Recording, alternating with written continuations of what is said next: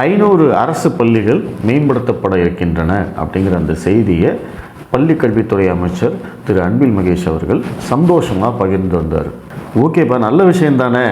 அரசு பள்ளிகளுடைய நிலைமை ரொம்பவே கவலைக்கிடமாக இருக்குது. இப்போ வரைக்கும் ஒரு 2500 பள்ளிகளுக்கு கழிவறை வசதி இல்லை அப்படிங்கிறது ஒரு குற்றச்சாட்டாக இருக்குது. நிறைய பள்ளிகளில் பார்த்திங்க அப்படின்னா இந்த கட்டிடங்கள் இடிந்து விழுகிற நிலமையில் இருக்குது அப்படிங்கிறது எல்லாத்தையுமே நம்ம தொடர்ச்சியாக செய்திகளில் பார்த்துட்ருக்கோம். அப்படி இருக்கிறபோது இது ஒரு நல்ல முன்னெடுப்பு அப்படின்னு அரசாங்கத்தை பாராட்டலாம் அப்படின்னு நீங்கள் நினச்சிங்கன்னா அங்கே தான் ஒரு ட்விஸ்ட் இருக்குது.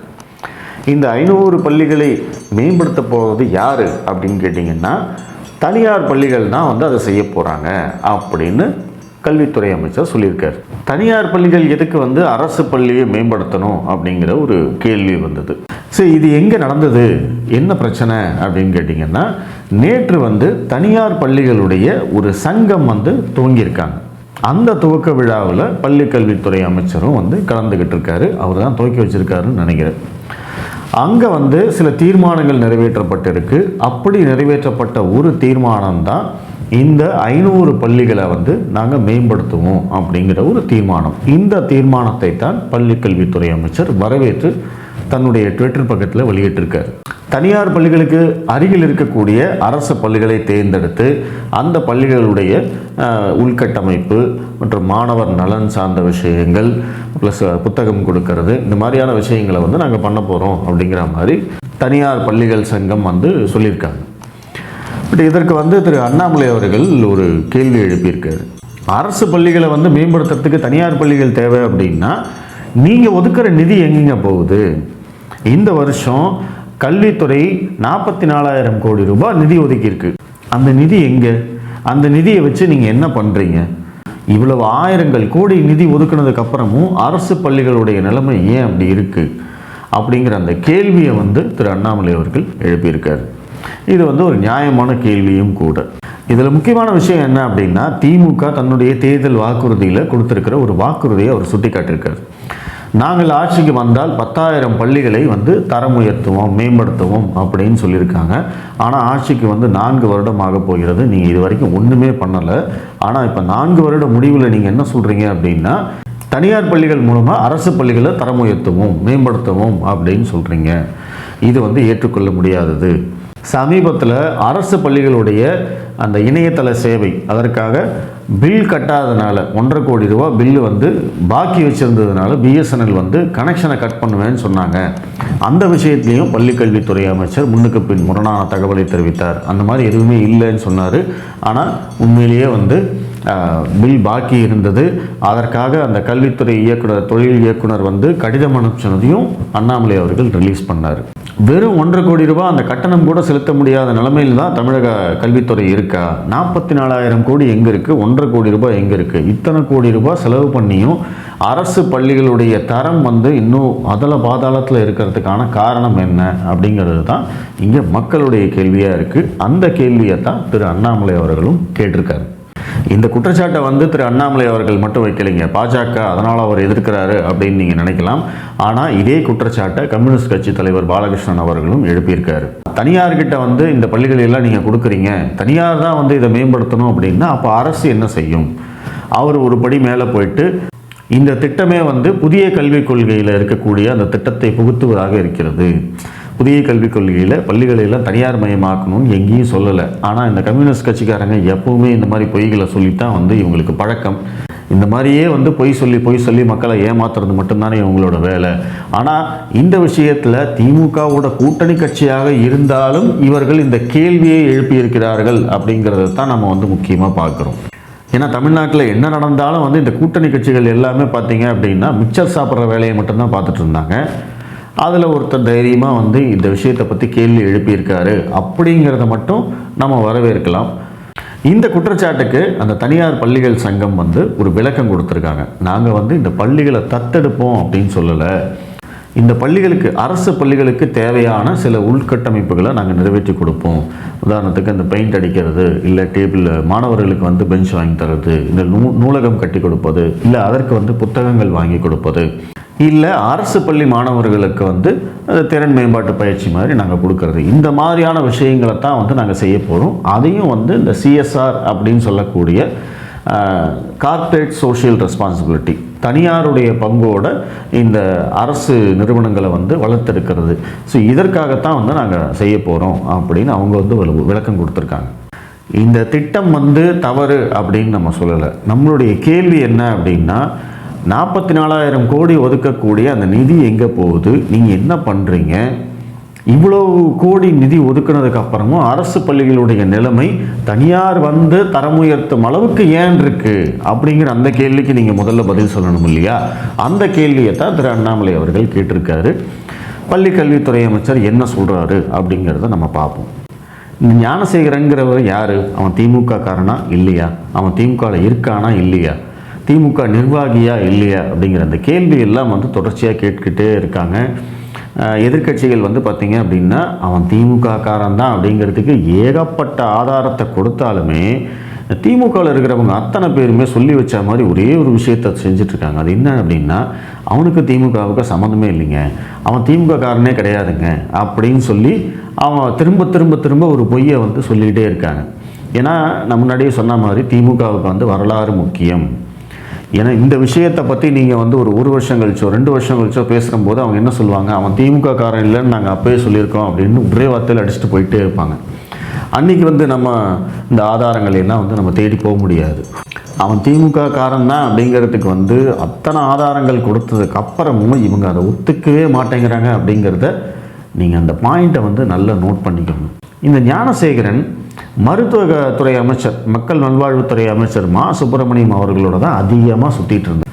அவர் எங்கே போனாலும் இவன் பின்னாடி போயிருக்கான். இவனோட வீட்டுக்கே போயிட்டு அவர் பிரியாணி சாப்பிட்ருக்காரு. ஆனால் இந்த சம்பவம் நடந்தது வந்து பார்த்திங்கன்னா 24ஆம் தேதி. அந்த 24ஆம் தேதியிலேருந்து இன்றைக்கி 2ஆம் தேதி வரைக்கும் இந்த மக்கள் நல்வாழ்வுத்துறை அமைச்சர் மா சுப்பிரமணியம் அவர்கள் ஒரு பேட்டி கூட கொடுக்கல. மீடியா முன்னாடியே அவர் வரல. இதை யோசித்து பார்த்தீங்களா? எந்த அளவுக்கு வந்து திமுக நுணுக்கமாக செயல்படுது அப்படிங்கிறதுக்கு இது வந்து ஒரு உதாரணம். மா சுப்பிரமணியம் அவர்களை பொறுத்த வரைக்கும் அவர் வந்து ஒரு ரொம்ப ஆக்டிவான அரசியல்வாதி, ஆக்டிவான அமைச்சரும் கூட. நிறைய இடத்துக்கு போவார், திடீர்னு போய் ஆய்வுகள் பண்ணுவார், தினசரி ப்ரெஸ் மீட் வைக்கக்கூடிய நபர், மக்களை சந்திக்கக்கூடிய நபர். இப்படியெல்லாம் இருக்கிற அந்த நபர் வந்து பார்த்திங்க அப்படின்னா இந்த சர்ச்சை எப்போ வெடிச்சதோ, ஞானசேகரன் எப்போ கைது செய்யப்பட்டாரோ அப்போ இருந்து இப்போ வரைக்கும் ஒரு ப்ரெஸ் மீட் கூட கொடுக்கல. ப்ரெஸ் மீட்டு கொடுத்தாங்க அப்படின்னா கண்டிப்பாக இந்த கேள்வியை அவர்கிட்ட கேட்பாங்க. சார், இந்த ஞானசேகரன் உங்கள் கூட இருக்கிற ஃபோட்டோ தான் நிறைய வெளியில் வந்திருக்கு, அவர் வந்து கட்சிக்காரர் இல்லைன்னு சொல்கிறீங்களே, அவருக்கும் உங்களுக்கு என்ன தொடர்பு அப்படிங்கிற அந்த கேள்வியை அவர்கிட்ட கேட்பாங்க. ஆனால் அந்த கேள்வி கூட கேட்கக்கூடாது அப்படிங்கிறதுக்காக அவர் ப்ரெஸ் மீட்டே கொடுக்காம, மக்களை சந்திக்காமல், மீடியாவை சந்திக்காமல் அப்படியே கடந்து போகிறாங்க அப்படிங்கிறத நீங்கள் பாருங்கள். நீங்கள் வந்து இவருன்னு மட்டும் இல்லை, எப்பெல்லாம் வந்து திமுகவில் ஏதோ ஒரு அமைச்சர் மேலே வந்து ஒரு குற்றச்சாட்டு வருது, ஒரு புகார் வருது அப்படின்னு இருந்ததுன்னா அந்த அமைச்சர் டப்புன்னு காணாமல் போயிடுவார். கொஞ்ச நாள் வரவே மாட்டார். அதுக்கப்புறம் அந்த பிரச்சனை வந்து மறைஞ்சு அடுத்த பிரச்சனை வந்ததுக்கப்புறம் பார்த்தீங்கன்னா இவர் வந்துடுவார். அந்த டைமில் இன்னொரு அமைச்சர் காணாமல் போயிடுவார். ஒவ்வொரு முறையும் இதுதான் நடக்கும். பால்வளத்துறையாகட்டும், இல்லை பேரிடர் மேலாண்மை துறையாகட்டும், இல்லை பள்ளி கல்வித்துறையாகட்டும், இல்லை வந்து நீர்ப்பாசனத்துறையாகட்டும், இவங்கெல்லாம் அப்பப்போ வந்து பார்த்தீங்க அப்படின்னா டப்புன்னு இந்த மீடியா வெளிச்சத்துலேருந்து காணாமல் போயிடுவாங்க. எங்கே போனாங்க, என்ன ஆனாங்கன்னு ஒன்றுமே புரியாது. நம்ம இந்த கேள்வியை மட்டும் நம்ம தொடர்ச்சியாக கேட்டுகிட்டே இருப்போம். ஏங்க, மா சுப்பிரமணியத்தோடு தான் அவர் அதிகமாக சுற்றுறாரு, அவர் எங்கெங்கே போனார், அவர்கிட்ட அந்த கேள்வியை கேட்கணும் அப்படின்னு சொல்லிகிட்டே இருப்போம். இப்போ இந்த பிரச்சனை முடிஞ்சதுக்கப்புறம் பார்த்தீங்கன்னா அவர் அப்படியே வந்துடுவார். அந்த டைமில் வந்து இந்த கேள்வி வந்து ஒரு இர்ரெலவெண்ட் ஆகிடும். அந்த கேள்வி வந்து பார்த்திங்கன்னா யாருமே கேட்கவும் மாட்டாங்க, அதுக்குள்ளே எல்லாத்தையும் சரி கட்டியிருப்பாங்க அப்படின்னு வச்சுக்கோங்களேன். ஸோ இந்த அளவுக்கு வந்து திமுக தன்னுடைய அரசியலை நுணுக்கமாக முன்னெடுக்கிறாங்க அப்படிங்கிறத இந்த வீடியோ பார்க்குறவங்க புரிஞ்சுக்கோங்க. ஏன்னா திமுக அளவுக்கு அரசியல் செய்யக்கூடியவங்க இந்தியாவிலே யாரும் இல்லை அப்படிங்கிறது என்னுடைய கருத்து. கண்டிப்பாக அதை நீங்கள் ஒத்துக்குவீங்க. அதற்கு வந்து இந்த சம்பவம் எல்லாம் வந்து ஒரு உதாரணம். இந்த 500 பள்ளிகள் தனியாருக்கு அப்படின்னு சொல்லி இந்த விஷயங்கள் பேசப்பட்டு இருக்கும்போது அடுத்து இன்னொரு ஃப்ளாஷ் நியூஸ், பிரேக்கிங் நியூஸ் வந்தது. கிழக்கு கடற்கரை சாலையில் கலைஞர் அரங்கம் அமைக்கப்படுகிறது. 525 கோடி ரூபாய் மதிப்பில் கலைஞர் அரங்கம் அமைக்க சுற்றுச்சூழல் துறையிடம் அனுமதி கேட்கப்பட்டிருக்கிறது அப்படிங்கிறது தான் ஒரு நியூஸ். ஒரு ஃபோட்டோவோடு போட்டு கலைஞர் அரங்கம் அப்படின்னு ஒரு ஃபோட்டோ போட்டு நியூஸ் வந்தது. இதை பார்த்தோன்னே எல்லாருமே வந்து கொந்தளிச்சிட்டாங்க. ஏப்பா உனக்கு வந்து அண்ணா யூனிவர்சிட்டியில் வந்து சிசிடிவி வந்து ஒர்க் ஆகலை, அதை சரி பண்ணுறதுக்கு உங்கள்கிட்ட காசு கிடையாது, பொங்கல் தொகுப்புக்கு வந்து பணம் கொடுக்கறதுக்கு வந்து உங்கள்கிட்ட பணம் கிடையாது, எதை கேட்டாலும் வந்து மத்திய அரசு நிதி தரல அப்படின்னு அந்த கதையவே சொல்லிக்கிட்டே இருக்குதுங்க. ஆனால் கலைஞர் பேரில் ஏதாவது ஒரு கட்டணம் ஏதாவது ஒரு திட்டம்னா உடனே அதுக்கு மட்டும் உங்களுக்கு நிதி இருக்குமா அப்படிங்கிற அந்த கேள்வி மக்களே வந்து கேட்க ஆரம்பிச்சிட்டாங்க. ஏன்னா திமுக ஆட்சிக்கு வந்ததுக்கப்புறம் கலைஞர் பேருந்து நிலையம், கலைஞர் நூலகம், கலைஞர் பேரில் அந்த கட்டடம், கலைஞர் பேரில் இந்த கட்டடம், தொடர்ச்சியாக வந்து இவர் பேரை வச்சுக்கிட்டே இருக்காங்க. அது கூட வந்து சமீபத்தில் சர்ச்சையாச்சு. எல்லா திட்டத்துக்கும் ஏன் வந்து அவர் பேரை வைக்கிறீங்க அப்படின்னு கேட்கும்போது, அப்போ அவர் பேரை வைக்காமல் நாங்கள் யார் பேரை வைக்கிறது, தமிழ்நாட்டுக்கே அவர் தான் காட்ஃபாதர் தெரியுமில்ல அப்படின்னு வந்து உதயநிதியெல்லாம் வந்து பேசிகிட்டு இருந்தார். அதெல்லாமே உங்களுக்கு தெரியும். ஆனால் இந்த திமுக ஆட்சி நுணுக்கமாக என்ன பண்ணுறாங்க அப்படின்னா, கலைஞர் பெயரில் எந்த திட்டமாக இருந்தாலும் அந்த திட்டத்தை வந்து முன்னுரிமை கொடுக்குறாங்க, அதற்கு மட்டும் நிதி ஒதுக்குறாங்க, அதை மட்டும் விரைவாக அந்த செயல்பாட்டுக்கு கொண்டு வரத்துக்கு முயற்சி பண்ணுறாங்க. இதை வந்து தொடர்ச்சியாக பண்ணிக்கிட்டே இருக்காங்க. அதனால் கிளாம்பாக்கம் பேருந்து நிலையத்துக்கு வந்து கலைஞர் பெயர் வச்சது அப்படி தான். திடீர்னு உடனடியாக வந்து திறந்தாங்க. அது ரெடியாகிறதுக்கு முன்னாடியே திறந்தாங்க. மதுரையில் வந்து கலைஞர் பெயரில் வந்து பார்த்திங்க அப்படின்னா ஒரு நூலகம் திறந்தாங்க. கலைஞர் நூற்றாண்டு நினைவு அப்படிங்கிற அந்த ஒரு பேரை எடுத்துக்கிட்டு இந்த நூற்றாண்டு ஒரு வருடம் நாங்கள் கொண்டாடுறோம், அந்த ஒரு வருடத்துக்குள்ளே எத்தனை திட்டங்களுக்கு வந்து கலைஞர் பெயர் வைக்க முடியுமோ அத்தனை திட்டங்களுக்கு வைக்க போகிறோம் அப்படிங்கிறது தான் இவங்க கிளம்பியிருக்காங்க. இதோட ஆரம்பம் வந்து பார்த்திங்கன்னா கலைஞருக்கு பேனா சிலை வைக்கிறோம் அப்படின்னு கிளம்புனாங்க. உங்களுக்கு எல்லாத்துக்குமே ஞாபகம் இருக்கும். அதற்கு வந்து ஒரு மிக கடுமையாக எதிர்ப்பு எழுந்தபோது அதை அப்படியே வந்து திட்டத்தை கைவிட்டுட்டாங்க. இல்லை வேண்டாம் அப்படின்னு. அதுக்கு வெறும் 80 கோடி தான். ஆனால் இந்த கலைஞர் அரங்கத்துக்கு வந்து பார்த்திங்கன்னா 525 கோடி 525 கோடி போட்டு அந்த கலைஞர் அரங்கம் கட்ட வேண்டிய அவசியம் என்ன அப்படிங்கிறதுக்கு யாருமே வந்து பதில் சொல்ல மாட்டாங்க. ஏற்கனவே வந்து கலைஞர் அரங்கம் அப்படிங்கிற பேரில் இருக்குது, கலைஞர் கல்யாண மண்டபம் அப்படிங்கிறது இருக்குது. ஸோ இது எல்லாமே இருந்தாலுமே இவங்க திரும்பவும் வந்து கலைஞர் பேரில் தான் நாங்கள் வந்து திட்டங்கள் கொண்டு வருவோம் அப்படின்னு ஆரம்பிச்சிருக்காங்க.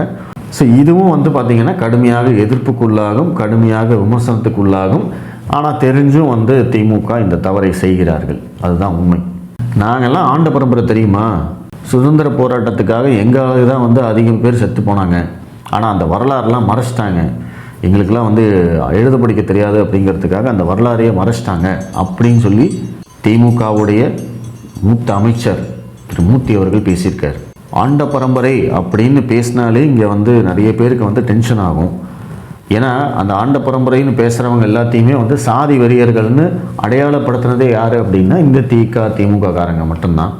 அந்த திமுகவில் இருக்கக்கூடிய ஒரு முக்கிய அமைச்சரே வந்து நாங்கள் ஆண்ட பரம்பரை அப்படின்னு பேசியிருக்காரு அப்படின்னா இது யாராவது கண்டிப்பாங்கன்னு நினைக்கிறீங்க? வாய்ப்பே இல்லை. எல்லாரும் வாய் மூடி மௌனமாக கடந்து போயிடுவாங்க. நம்மளும் அப்படியே கடந்து போயிடுவோம். அவ்வளோதான். நன்றி.